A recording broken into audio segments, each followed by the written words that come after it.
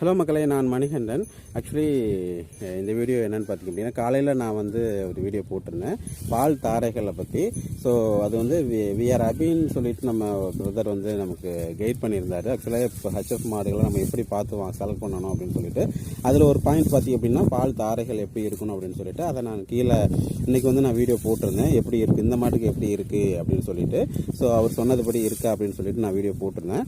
அடுத்து பார்த்தீங்கன்னா ட்ரையாங்கிள் பார்த்து வாங்கணும் அப்படின்னு சொல்லிட்டு அதில் ஒரு ஒன் ஆஃப் த பாயிண்ட் அதில் இருக்கும். ஸோ அதில் பார்த்தீங்க அப்படின்னா, தேங்க்ஸ் ஃபார் த இன்ஃபர்மேஷன், ட்ரையாங்கிளையும் காட்டுக்கு அப்படின்னு சொல்லிட்டு மகேந்திரராஜ் பிரதர் வந்து நம்ம சப்ஸ்கிரைபர் கேட்டிருக்கிறாரு. ஆக்சுவலாக ட்ரையாங்கிளாக என்னென்னா பிரதர், இந்த நெஞ்சு கூடு இருக்கு இல்லையா, ஸோ இந்த நெஞ்சு கூடு வந்து நல்லா அகலமாக இருக்கும். ஆக்சுவலாக நம்ம வீட்டில் முன்னாடி இருந்து படுத்திருந்த மாடு பார்த்திங்க அப்படின்னா, இந்த நெஞ்சு கூடு வந்து ரொம்ப அப்படியே ரெண்டு பக்கமும் பார்த்திங்க அப்படின்னா ரொம்ப ஒட்டி போயிருக்கும். ஸோ அது மாதிரி இருக்கிற மாடுகளை நம்ம வாங்கக்கூடாது. அடுத்து பார்த்திங்க அப்படின்னா, இந்த கடைசி இந்த விழா எலும்பு முடியுது இல்லையா, அந்த முடிகிற எலும்பு பார்த்திங்கன்னா இந்த இடத்துல கட்டாயிரும் ஒரு சில மாடுகளுக்கு. அந்த பக்கமும் அதே மாதிரி தான், பாதியிலே இந்த முடிகிற எலும்பு அது குறப்பழுவுன்னு எங்கள் ஏரியாவில் சொல்லுவாங்க. ஸோ குறப்பழு இருக்கிற மாடு வாங்க மாட்டாங்க, மோஸ்ட்லி வாங்க மாட்டாங்க. அடுத்து பார்த்திங்க அப்படி வியாபாரிகள் வந்து அப்படிலாம் இல்லைங்க, நம்ம பிஸ்னஸ் பண்ணுறோம், அதெல்லாம் பார்த்தா வேலைக்கு ஆகாது அப்படின்னு சொல்லி இது தந்திரமாக மாற்றி எப்படியாச்சும் விற்கிறதுக்கு அவங்க சேல்ஸுக்காக தான் பார்ப்பாங்க. ஸோ அது வந்து நடைமுறையிலும் அது ஒத்துதாங்க போகுது. ஏன்னா ஏன் வாங்கக்கூடாதுன்னா, நெஞ்சுக்கூடு ஒட்டி போயிருக்கிற மாடுகள் பார்த்திங்க அப்படின்னா தீவனம் தண்ணி சரியாக எடுக்க மாட்டேங்குது, தொட்டி சரியாக சாப்பிட மாட்டேங்குது, தண்ணி சரியாக குடிக்க மாட்டேங்குது, பசுந்தீவனம் சரியாக சாப்பிட மாட்டேங்குது, ஒரு மாதிரி மந்தமாக இருக்குது. மாடு வந்து லீனாகவே தான் இருக்குது.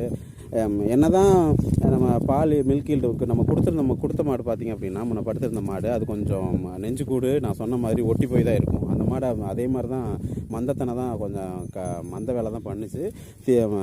பசுந்தீவனம் சரியாக சாப்பிடல, கண்ணு போட்டதுக்கப்புறம் சனியாக இருக்கும்போதே அந்த மாடு அந்த வேலை தான் பண்ணிச்சு. சரியாக தொட்டி சாப்பிடல, தீவனம் சாப்பிடல, வரத்தட்டை சாப்பிடல, அது மாதிரி பிரச்சனைகள்லாம் இருந்துச்சு.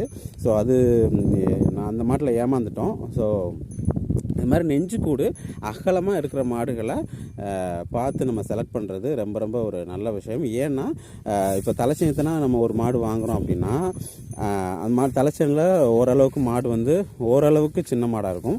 ஸோ 2ஆம் 3ஆம் போக போக மாடு நல்லா அகலமாக விரியும் அப்படின்னு சொல்லுவாங்க எங்கள் ஏரியாவில். ஸோ மாடு விரிய அந்த நெஞ்சுக்கூடு அகலமாக இருந்தால் மட்டும்தான் அதோட நுரையீரல் ஃபங்க்ஷனு, ஹார்ட் ஃபங்க்ஷன், மற்ற ஃபங்க்ஷன்ஸ் எல்லாமே கரெக்டாக இருக்கும்.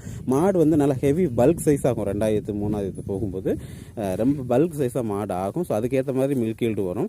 ஸோ அதுக்காக தான் வந்து இந்த ட்ரையாங்கிளை பார்த்து வாங்குங்க அப்படின்னு சொல்லியிருக்கிறார் அவர். ஸோ நான் இந்த நெஞ்சுக்கூடு நம்ம சொல்லணும்னா, நெஞ்சுக்கூடு அகலமாக இருக்கிற மாடாக பார்த்து வாங்குறது, செலக்ட் பண்ணுறது ரொம்பவே சரியாக இருக்கும் அப்படின்னு நினைக்கிறேன். ஸோ அவங்க கேட்ட கேள்விக்கு பதில் சொல்லிட்டேன்னு நினைக்கிறேன் பிரதர். Thank you so much.